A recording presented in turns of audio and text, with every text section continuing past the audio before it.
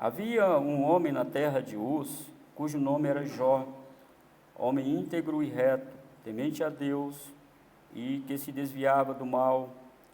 Nasceram-lhe 7 filhos e 3 filhas.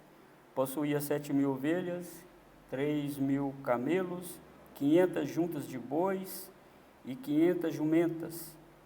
Era também muito numeroso o pessoal ao seu serviço, de maneira que este homem era o maior de todos os do Oriente. Seus filhos iam às casas uns dos outros e faziam banquetes, cada um por sua vez, e mandavam convidar as suas 3 irmãs a comerem e beberem com eles. Decorrido o turno de dias de seus banquetes, chamava Jó a seus filhos e os santificava. Levantava-se de madrugada e oferecia holocausto segundo o número de todos eles, pois dizia: talvez tenham pecado os meus filhos e blasfemado contra Deus em seu coração. Assim o fazia Jó continuamente. Num dia em que os filhos de Deus vieram apresentar-se perante o Senhor, veio também Satanás entre eles. Então perguntou o Senhor a Satanás: de onde vens? Satanás respondeu ao Senhor e disse: de rodear a terra e passear por ela. Perguntou ainda o Senhor a Satanás: observaste o meu servo Jó? Porque ninguém há na terra semelhante a ele, homem íntegro e reto, temente a Deus e que se desvia do mal. Então respondeu Satanás ao Senhor: porventura Jó debalde teme a Deus? Acaso não cercaste, concebe a ele, a sua casa e a tudo quanto tem? A obra de suas mãos abençoaste, e os seus bens se multiplicaram na terra. Estende, porém, a mão e toca-lhe em tudo quanto tem, e verás se não blasfema contra ti na tua face. Disse o Senhor a Satanás: eis que tudo quanto ele tem está em teu poder, somente contra ele não estendas a mão. E Satanás saiu da presença do Senhor. Sucedeu um dia em que seus filhos e suas filhas comiam e bebiam vinho na casa do irmão primogênito, que veio um mensageiro a Jó e lhe disse: os bois lavravam e as jumentas paciam junto a eles. De repente deram sobre eles os sabeus e os levaram, e mataram os seus servos a fio de espada. Só eu escapei para trazer-te a nova. Falava este ainda, quando veio outro e disse: fogo de Deus caiu do céu e queimou as ovelhas e os servos, e os consumiu. Só eu escapei para trazer-te a nova. Falava este ainda, quando veio outro e disse: dividiram-se os caldeus em 3 bandos, deram sobre os camelos, os levaram e mataram aos servos a fio de espada. Só eu escapei para trazer-te a nova. Também este falava ainda, quando veio outro e disse: estando teus filhos e tuas filhas comendo e bebendo vinho em casa do irmão primogênito, eis que se levantou grande vento do lado deserto, e deu nos 4 cantos da casa, a qual caiu sobre eles, e morreram. Só eu escapei para trazer-te a nova. Então Jó se levantou, rasgou o seu manto, rapou a cabeça e lançou-se em terra e adorou. E disse: nu saí do ventre de minha mãe, e nu voltarei. O Senhor o deu e o Senhor tomou. Bendito seja o nome do Senhor. Em tudo isto Jó não pecou, nem atribuiu a Deus falta alguma. Irmãos, dentro do conglomerado cristão, existem aqueles crentes que têm a lei da retribuição bastante acentuada no seu modo de pensar.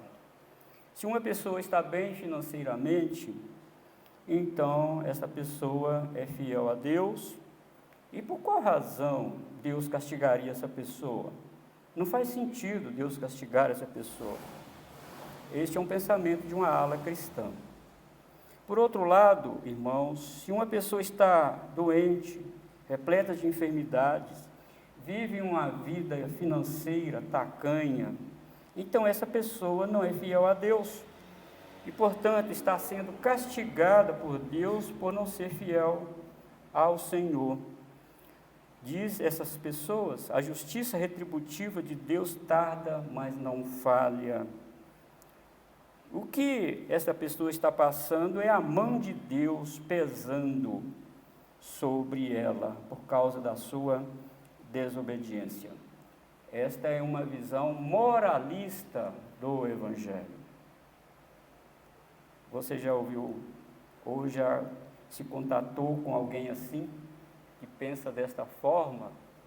Olha, você ficou doente porque você não cumpriu cabalmente, perfeitamente a lei de Deus.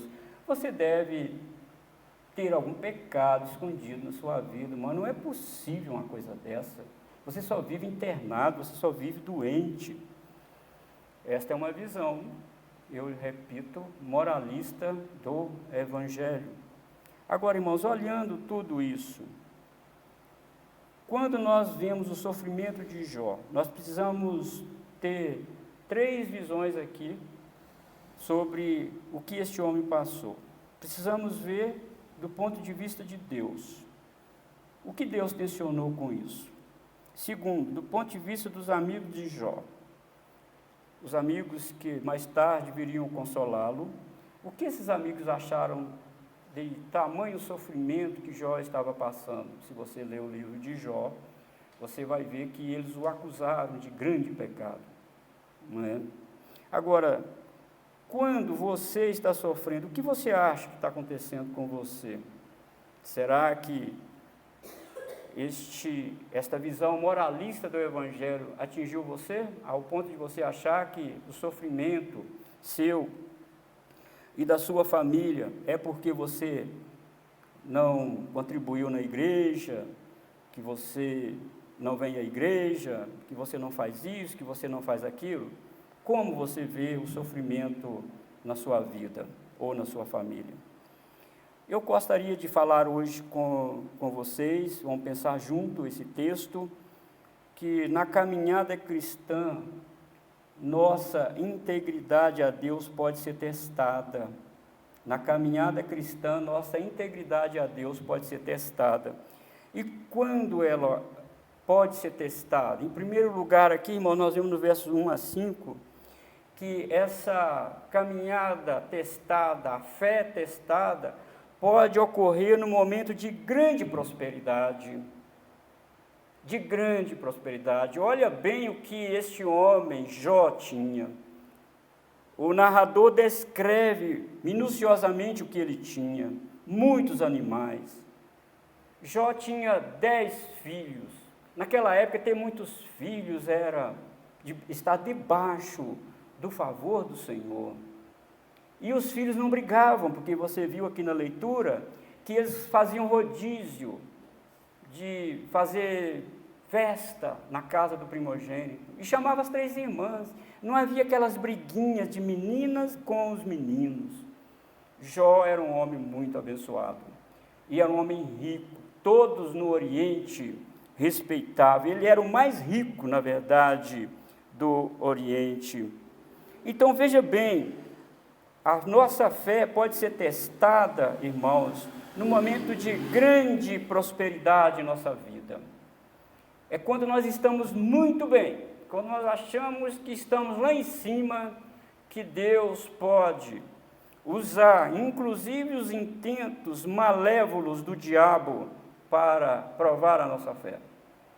Não é o diabo que faz, mas Deus pode usá-lo para isso. Veja bem, irmãos, comigo, esse homem ele era íntegro e reto nos seus procedimentos. Íntegro, ele era completo, não tinha tirado nada dele, na moral, na sua vida espiritual, na sua amizade com os vizinhos, como que ele lidava com as pessoas que estavam ao seu redor. Mais tarde, Jó até disse: eu nunca pus os olhos sobre uma virgem. Esse homem tinha uma moral ilibada, uma vida íntegra diante do Senhor. E de repente é notícia ruim, uma atrás da outra, para este homem. uma atrás da outra. Será que eu e você suportaríamos, mesmo sendo íntegro a Deus? Observe que este homem tinha apreço e devoção a Deus. Diz o texto que ele era temente a Deus. Era um homem que tinha, de fato, um contato com Deus. Era um homem que fazia de tudo para viver em comunhão com Deus. Pecador, que a gente vai ver ao longo do texto, do livro de Jó, como ele colocou para fora o que estava no seu coração de fato. Este homem não só desviava do mal, mas também não praticava o mal. Jó não somente evitava o que era ilícito, mas rejeitava o que era errado. Ele não se contaminava com os costumes dos outros povos nos quais estavam perto dele, mas repreendia, protestava contra o erro. Ele não só praticava o erro, mas ele protestava contra o erro. Ele não se curvava perante os valores do mundo corrompido. Ele declarava abertamente que era adorador de Deus, abertamente. Por isso que as pessoas até davam bom testemunho dele. No capítulo 4, versículo 3 a 6, está escrito: eis que tens ensinado a muitos, e tens fortalecido os mãos fracas, as tuas palavras têm sustentado os que tropeçavam, e os joelhos vacilantes têm fortificado. Mas agora, em chegando a tua vez, tu te enfadas, sendo tu atingido, te perturbas. Porventura, não é o teu temor de Deus aquilo em que confias, e a tua esperança, a retidão dos seus caminhos? Quem quer um amigo desses, irmãos, para consolar? Num momento de grande luta, de grande problema, esses amigos: você fez isso de fato, mas será que foi verdade o que você fez? Irmãos, ele tinha uma família ideal. Seus filhos se banqueteavam nas casas um dos outros. Era uma espécie de congraçamento familiar. Que bênção ver os 10 filhos comendo e bebendo vinho. Que bênção. E Jó, quando eles terminavam de fazer aquela festa, que Jó tinha muito dinheiro, tinha muito gado para matar e fazer churrasco, Jó levantava de madrugada, orava a Deus, pegava o animal e sacrificava. Senhor, talvez os meus filhos, bebendo vinho, blasfemou ou blasfemaram contra o Senhor, e eu estou fazendo isso, Senhor. Eu não quero a perdição dos meus filhos, eu estou fazendo isso, ó Deus, em prol deles. Ele tinha uma família ideal. E nós vemos no texto também que Jó era um sacerdote da sua casa. Ele fazia sempre intercessão a Deus pelos seus filhos. Senhor, não deixe meus filhos ir para a bancarrota espiritual, Senhor. Não deixe a incredulidade tomar conta, Senhor, do coração dos meus filhos. Não deixe, Senhor, os costumes do Oriente, tão corrompido, tão malévolo, entrar no coração dos meus filhos, Senhor. Usa de compaixão. Jó era um pai zeloso, irmãos. Zeloso com Deus, zeloso com a obra de Deus, zeloso com sua família. Ele era isso. E este ato de Jó, irmão, de interceder pelos seus filhos, nos faz lembrar o nosso sumo sacerdote, Cristo, que vive para sempre para interceder por nós. Continuamos crendo e tendo esperança em Deus por causa da intercessão de Cristo. Este homem estava prefigurando a intercessão de Cristo. Então, guarde bem isso, irmãos. As provações podem vir num momento de grande prosperidade. Grande prosperidade. Poeticamente, o Salmo fala da seguinte forma: o choro pode durar uma noite, mas a alegria vem ao amanhecer. O que acontece, irmão, nesse ciclo de 24 horas? Você sabe, temos o dia, não é?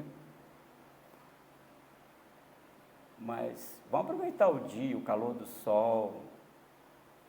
Jesus até disse: vamos fazer a obra do Pai. Eu preciso fazer a obra do Pai enquanto é dia, porque a noite vem, no qual ninguém pode trabalhar.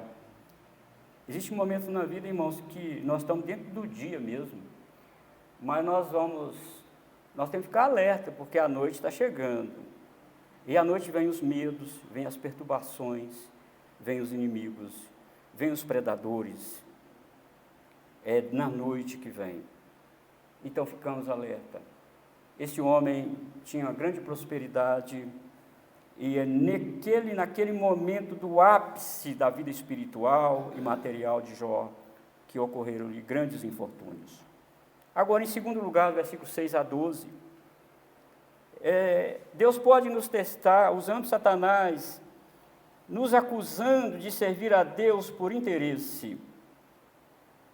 Os versículos 6 a 12 mostram a cena acontecendo no céu, fora do conhecimento de Jó, dos seus filhos, dos seus funcionários e também dos seus amigos.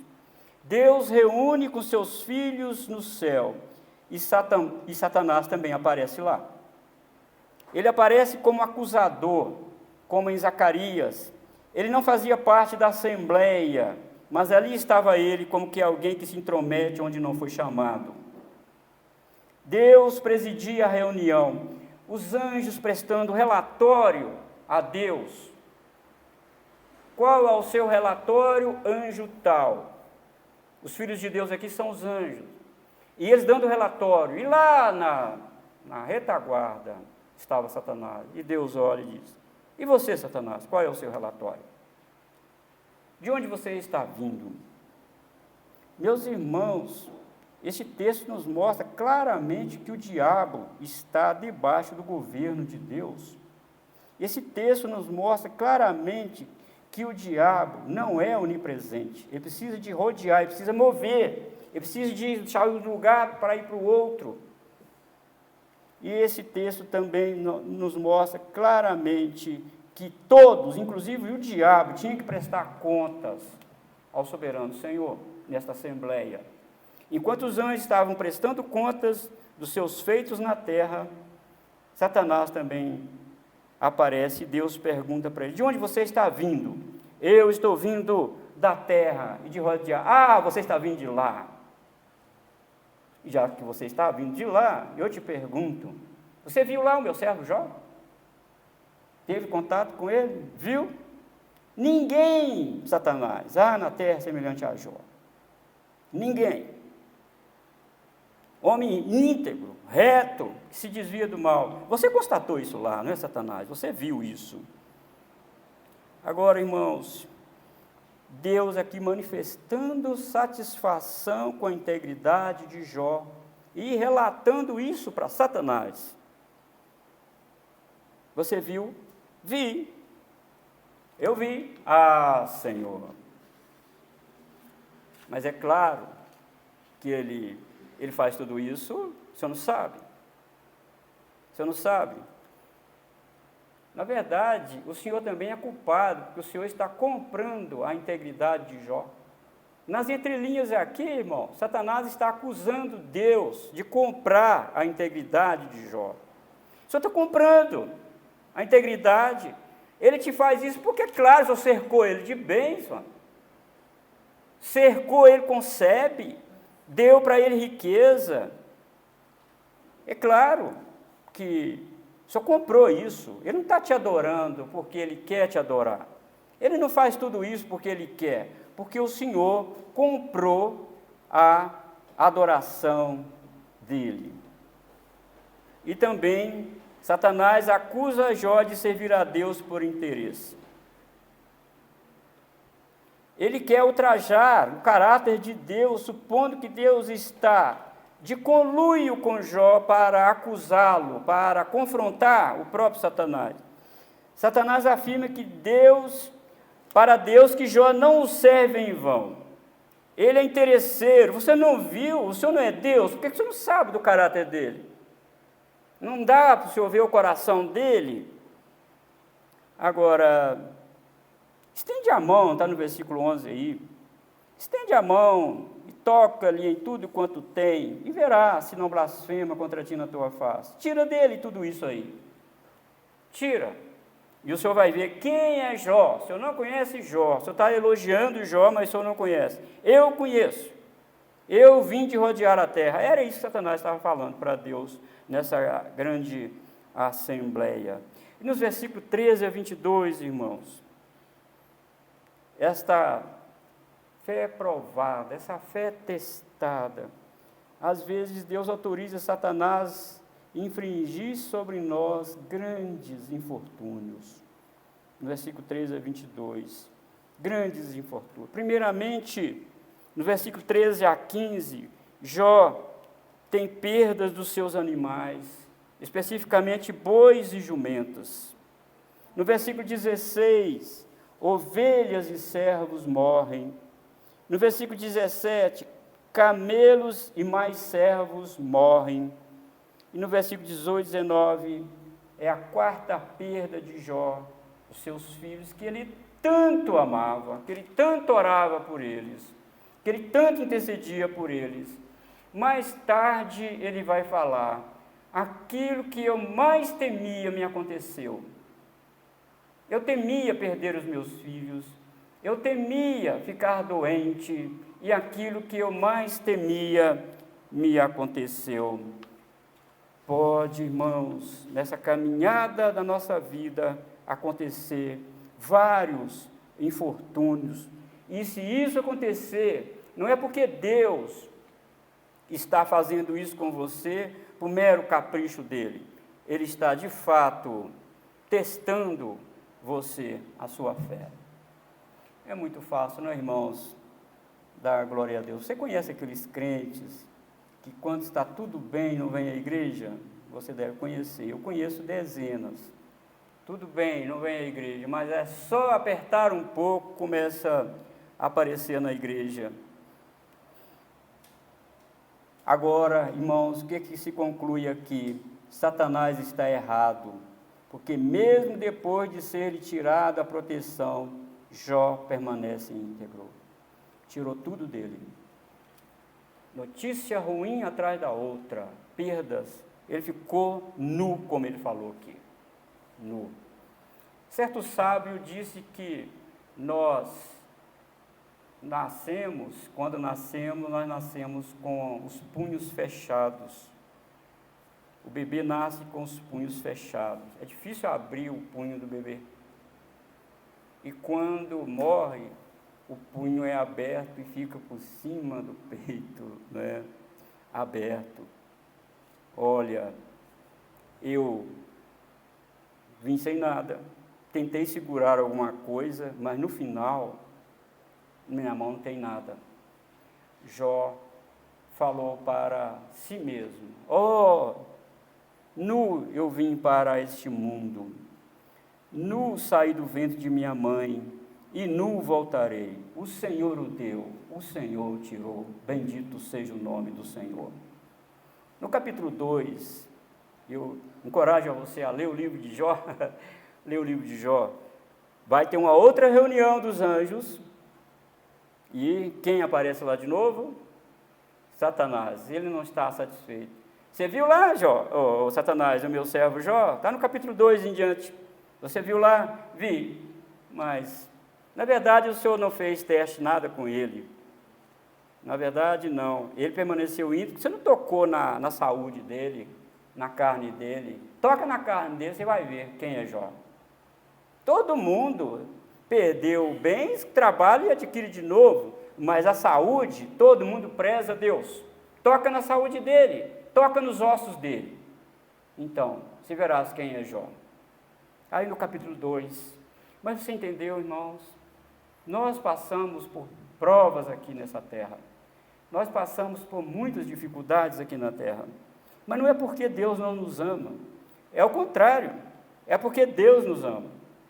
E se você ler a trajetória do livro de Jó, você vai ver lá o ápice da vida deste homem, no capítulo 38, que Deus aparece para ele e vai conversando com ele.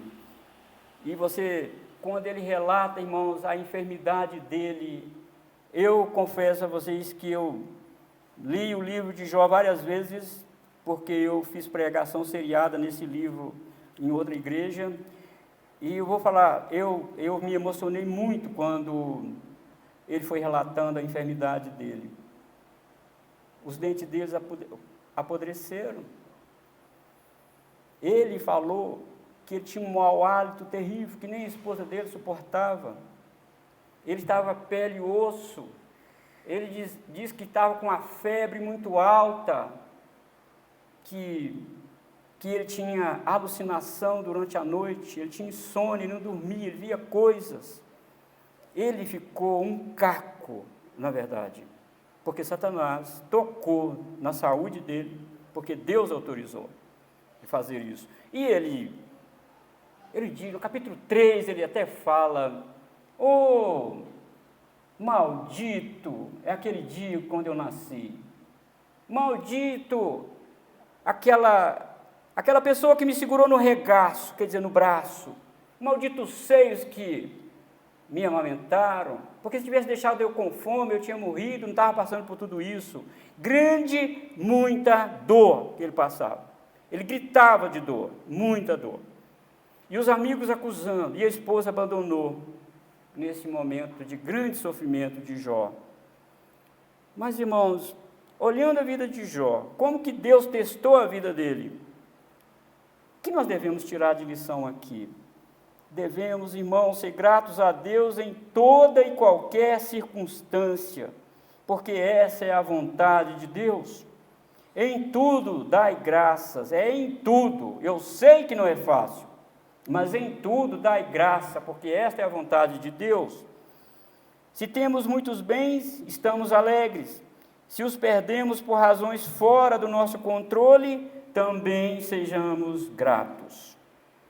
Nem sempre, irmãos, os problemas que nos cercam são decorrentes de algum pecado individual. Nossa integridade a Deus pode estar sendo provada se servimos ao Senhor por interesses pessoais ou por amor a Ele. Temos responsabilidade de fazermos contínuas intercessões a Deus em favor de nossos filhos.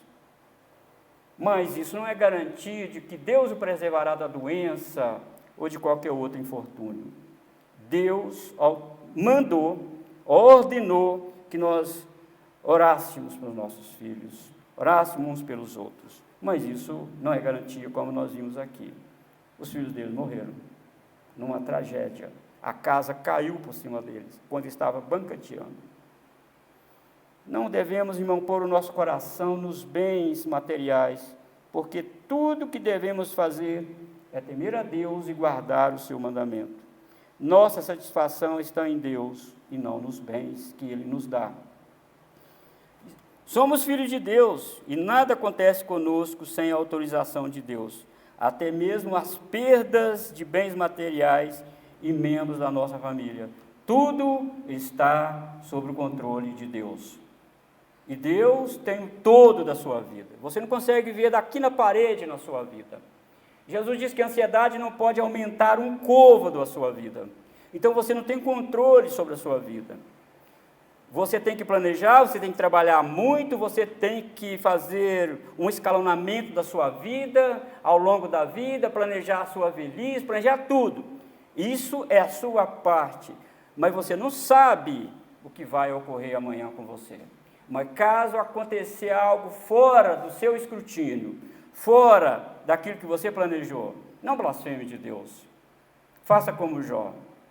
Bendito seja o nome do Senhor. Deus deu, Deus tomou. Bendito seja o nome do Senhor.